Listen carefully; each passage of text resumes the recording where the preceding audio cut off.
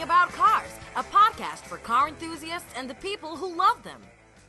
Hello, this is The Thing About Cars. Thank you as always for joining us. We are recording in Strongbox West in Atlanta, Georgia. Today around the table we have Becca, Ronny, Ben, and I'm Mickey. Short agenda today. So Becca wrote something up on the board, quite simply, an excellent question. Is Waze dead? yeah. Where do I want to start with that? And I'm sorry, I'm changing trains of thought here. Waze was a great navigation app in that it was a socially powered navigation app. Mm-hmm. It was giving you real-time updates as far as traffic situations, obstacles, what do they call it? Hazard. There's a hazard up ahead or whatever it is that they say. Where the police are, where the potholes are, where the roadkill is. Right, yeah. Exactly. It was giving you real human user information in real time, and it was very handy. And part of this also gave you alternate. So if you, kind of like me, you live way far out and you commute into the downtown area, you weren't limited to the highways. It would give you options for all these back roads. You could wind all over the place with these little back roads. There was always an option. And as soon as there was an issue, it would tell you, you get this pop-up, wait, there's a better route, or wait, there's now a 5-minute delay on the route you're on. It was awesome, but it depended on user input. Mm-hmm. And what I have noticed since the 7-1 Georgia hands-free law going into effect is that Waze has been acting worse than Google Maps. Really? I have even tried to force it to find those back roads. It will not, at least in my experience, get off the highways. There was a known route it used to send me on when I would go from Buckhead to Woodstock, and I was heading down that path, and it would not stop trying to redirect me back to 285, which I knew was at a standstill at that point. The other day, I had to go for an eye doctor appointment down in downtown Atlanta, which I don't tend to go down near Ponce de Leon a whole lot. Mm-hmm. So it's more or less unfamiliar to me. I'm at a place that I don't know well. My eyes have been dilated, so I can't see road signs or anything. It's rush hour. I'm approaching 5 o'clock. And I really, really need this app to help me find my way home. Right. Now, first of all, it had already gotten me lost getting me there. It had put me totally on the wrong end of a road for Emory. I think Emory is kind of well known. Waze couldn't find it. Waze couldn't find Emory? And Waze could not find Emory down on Clifton. So I had to pull over and hop over to Google. Google sent me there. So on my way home, I turned on the Waze again because I knew I had my one-button home set up. I wasn't going to have to be able to type because I couldn't see my phone anyways. Put it in, and it was not even giving me turn by turn. So it was constantly, I'm trying to guess which way I need to turn next. Trying to fiddle with it, which you're not supposed to touch your phone, but I'm blind. I need to know where I'm going. I once again had to pull over, shut it down, and I was so upset about that. I was ready just to delete it right then and there. You know, it's rush hour. My eyes are dilated, and I'm so frustrated. I was ready just to throw it out right then and there. So, but I have seen this decline over the last few months, and it kind of sounds like maybe other people are seeing a little bit of a decline as well. I haven't seen it falter in terms of finding places. I've seen it burp a little bit in terms of trying to tell me I need to go down a road and make a U-turn when in fact I don't need to do that. Right. I've seen that a lot. Yeah. And lately, otherwise, it still seems to have a good way to pick the best route for me. Still? Yeah. Well, and I use it in my business travels. I've been using it everywhere from Pennsylvania to Louisiana, everywhere in between, and I've had very few, if any, issues. Well, in places with hands-free. No, I use it locally too. I haven't seen really any change in quality anywhere. There's two things I've noticed that kind of make my phone mess up a little bit. And obviously, if I'm in a parking deck or in a garage or something and it can't hit GPS, Oh, sure. then And that said, too, Yeah. it's important to note that the GPS system can cause errors sometimes. so it's not the phone, it's not Waze, it's the GPS system. Maybe. There was one that happened with my wife recently. She was on the way to pick me up from dropping off a rental car, of all things, and she knew where the place was. She was just using Waze to take her around any potential traffic issues. Yeah. And it sent her on the wrong side of the interstate, wrong direction.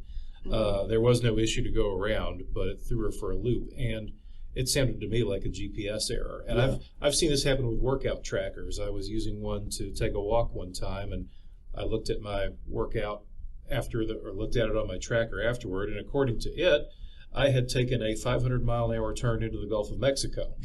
That's awesome. But if it's the phone, if it's the GPS in the phone, then all your navigation apps would be having an issue.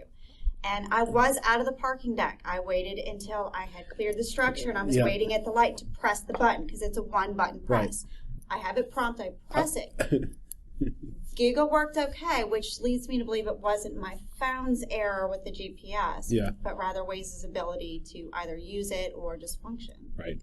So, what's it like taking a 500-mile-an-hour turn into the Gulf of Mexico? I'll tell you, it did wonders for my hair. No, so the other thing I noticed that makes Waze mess up for me is if I'm driving into and out of Wi-Fi signals. Because, my phone is programmed to pick up on a number of citywide signals depending on where I am. I block it out.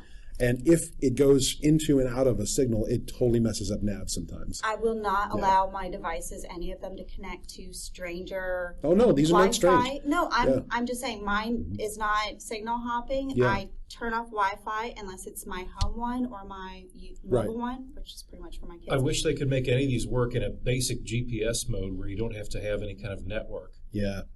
Because I go to a lot of kind of rural places. The network is the only way you get user data. Yeah, I know. But I mean, just a basic GPS mode to tell you where the hell you are and how to get to the next town in the most elementary way. But even, Google Maps, Waze, none of them seem to work without any kind of network. Well, now you have to go back and get the actual Garmin. Yeah, I guess so. Forego the... No, those will lose signal too, even faster. I have a story about backwoods Florida at a TomTom. Yes. See, I've done on my road trips. I keep my phone in one, and I put I put them both up in nav mode. I have a regular GPS and my phone, and the maps on the GPS, my Garmin GPS, are a little bit dated, so some nuances are missing. But by and large, they are, lockstep. They are totally saying the same thing. So. Well, that's good. I've just noticed increasing issues where I just could not seem to get it. The thing I'm afraid of. Force it to get on the highways. The thing I'm afraid of is Waze maybe simply losing their user base for some other reason. Like we haven't seen much of a marketing push in Waze like they used to have towards doing celebrity voices or doing any of the fun stuff that people really used to enjoy Waze for. You can program your own voice in there though, which I've had some fun with. You have? Yeah. Because I want to freak myself out if I start talking to myself on the road. I talk to myself all the time anyways. Maybe I'm just used to it. But my friends and my kids think it's absolutely funny. Right now I have just my redneck voice, and it's we'll get you there quicker than a jackrabbit. And they like a hop, skip, and a jump. Over yonder, at least you can do that in Waze. You can't do that in Google. But But that's gimmick, right? It's a gimmick. That's not gimmick really. wise. It doesn't have anything to do with the real navigational piece. Right. But again, here I am being a cynic. I think people like gimmicks. Yeah. And if Waze is going to survive as a company that needs user data to actually provide a product, then they need to make that. Yeah. I stopped using Waze because of the amount of resources it uses on my phone. It's just. So if my phone decided to hit a lag spike due to processing efficiency issues, then Waze would just freak out. And then I would have no idea where I would need to go. Okay. Right, and I'm looking to see what it really needs. The problem is with Georgia's hands-free, you really shouldn't be touching Waze. But as long as there's a way to tell the phone, speak it, voice commands to Waze, then they can still continue the social aspect of it, which is what made it so great. Other than it was also a game. Right. You could drive around and collect points and whatnot. They screwed that up too. I didn't care about that aspect. Well, I haven't seen In fact, that that turned me off the first couple times I used it. Yeah. But I just wanted a navigation tool. Now you have to belong to a team, and the team gets road candy or something like that. I'm like, but they destroyed all the teams Yes. before they did that, and they destroyed the team we had. So. That's the part that makes me wonder what's going on behind the scenes at Waze, because they're not taking care of the marketing game the way they should be. And your notifications So, to leave on a planned drive always fail. All right, it's time for our moment of trivia. You guys ready? Don't do that. What? It's a drum roll. No, it's a thunderous roar over here. So I have a big bass drum. Okay, this one's also. I'm not even going to preface it. On on the Pontiac GTO, what does GTO stand for? Does it stand for gas, tires, and oil? Does it stand for Gran Turismo Omologato, Mr. Roboto? Does it stand for good times only? Or does it stand for get tickets often?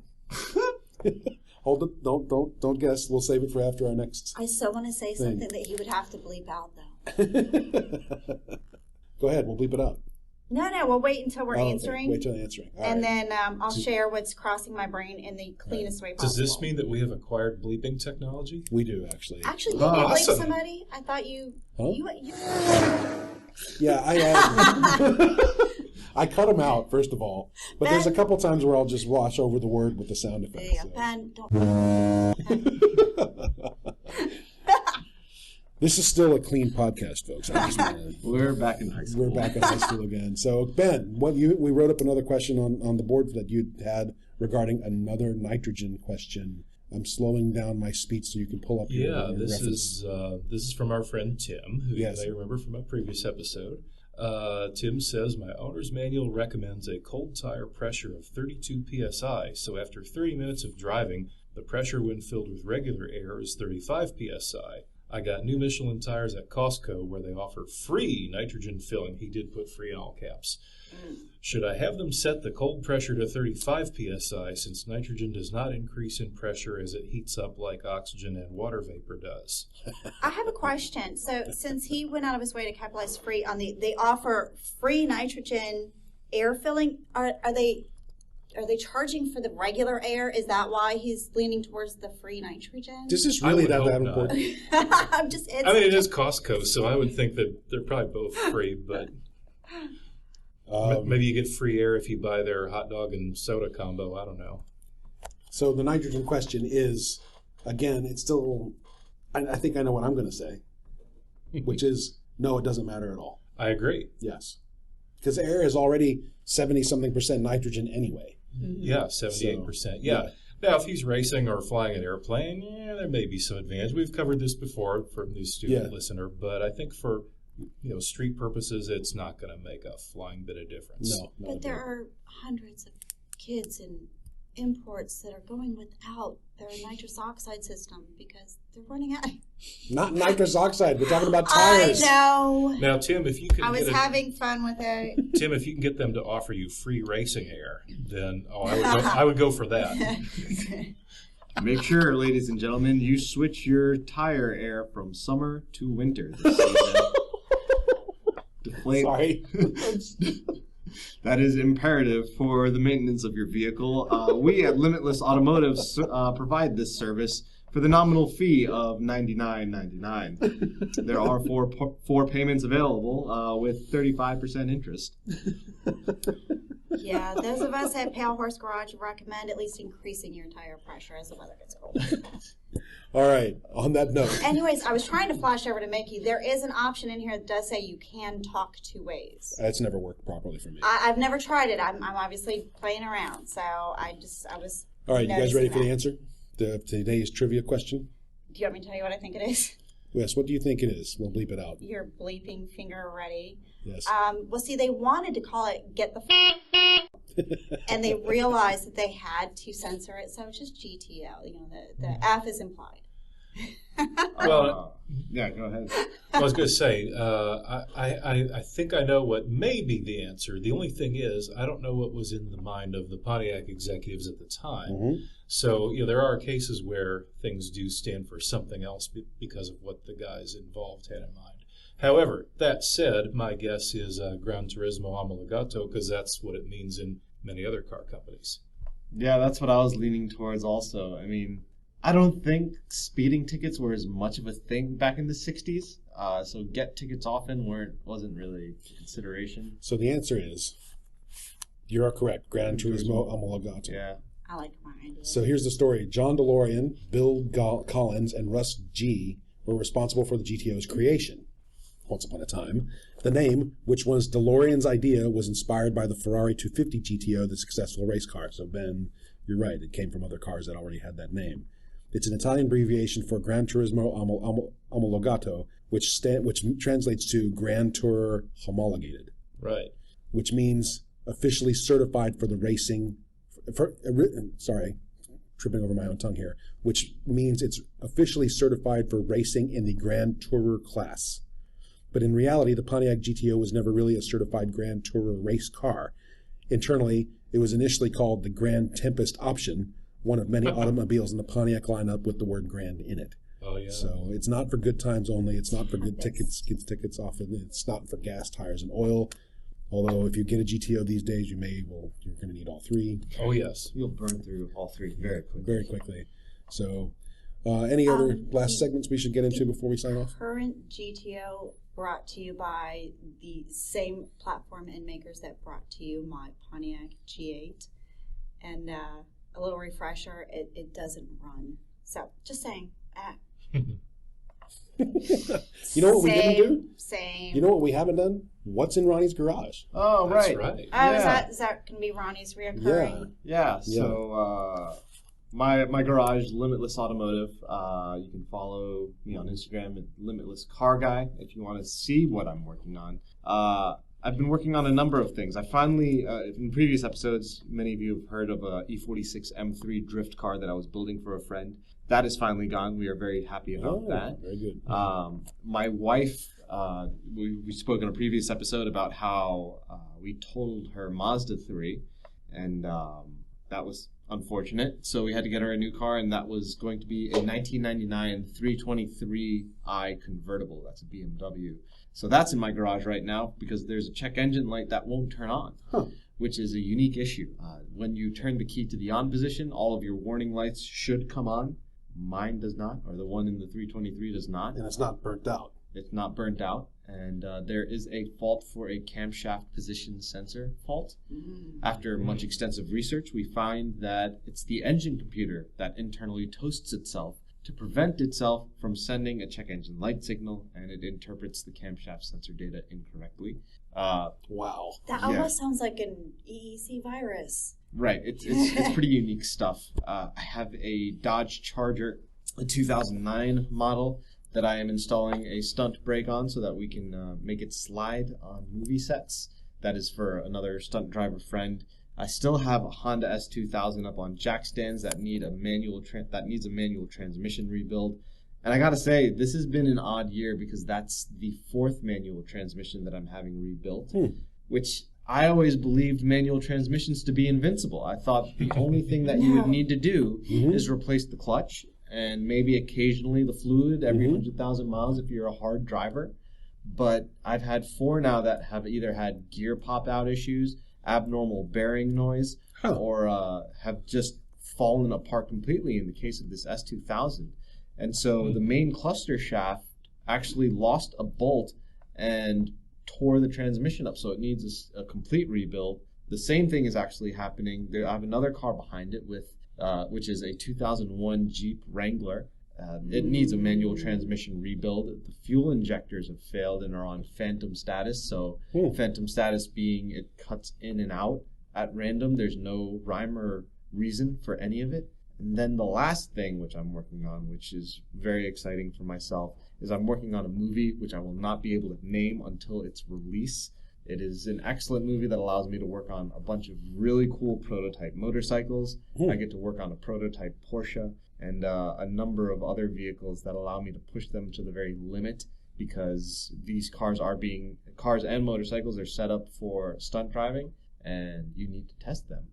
And who better to test them than me? And that's my opinion. I'm sure there are other people in the shop that want to test them, but we have some really awesome cars that we get to work with and do some very unique things to. Beyond installing stunt brakes, we get to do roll cages. We get to do line locks so that we can adjust where the brake pressure goes. Line locks are very fun for burnout scenarios where if you turn the line locks on for the fronts where you just clamp down on the front brakes and you just mash on the gas, you'll burn out all day long. You have no choice, but right? Yeah, and it's a lot of fun. Make sure you pour a quart of cheap motor oil on your tires before you do that. Yeah, make it real smoky. Kill everyone off. That'll be great. That's good. Is everyone alive still? No? Great. All right, nap time. So, when will you be able to talk about the name of this movie? That would probably be the beginning of 2020. Okay. Yeah. I might be able to talk about it once previews start releasing, but it is a very big name movie. Yeah. This is a sequel, I can say that much. And the prequels were very successful movies. Well, yeah, and we look forward to that announcement. I know I'm looking forward to that announcement. I just didn't know if you could talk about it as soon as the movie went to post or what. But yeah. So very cool. Ben, you got anything else you want to touch on today? Not really, no. Okay. There was something else. I guess that's it. Becca, you got anything? No, but I'm thinking next time if I can find what I'm looking for, I'd like to find something that compares all the navigation apps side by side. All right, so homework is I'm discovering little things just popping through because I have the default Apple, and then I have Google, and then I have Waze, and I'm finding big differences just popping through them. So if our listeners have any input on that sort of thing, please, please tell us what you like and dislike and why. And in the meantime, I'm going to keep using Waze just because I'm used to it. So. Well, see, and that was my thing. Yeah. And using my own voice was a lot less harsh than some of the voices that others use. So thank you, as always, for joining us. This is The Thing About Cars, coming to you from Strongbox West in Atlanta. Please find our Patreon, and please, as always, stay in touch with us and be a part of this Thing About Cars family. You can find us on Facebook, and you can find us via our webpage, thingaboutcars.com. We love you guys. Talk to you soon. Have a great day. Bye. Bye-bye. Thank you for listening. This has been The Thing About Cars. We'll see you on the road.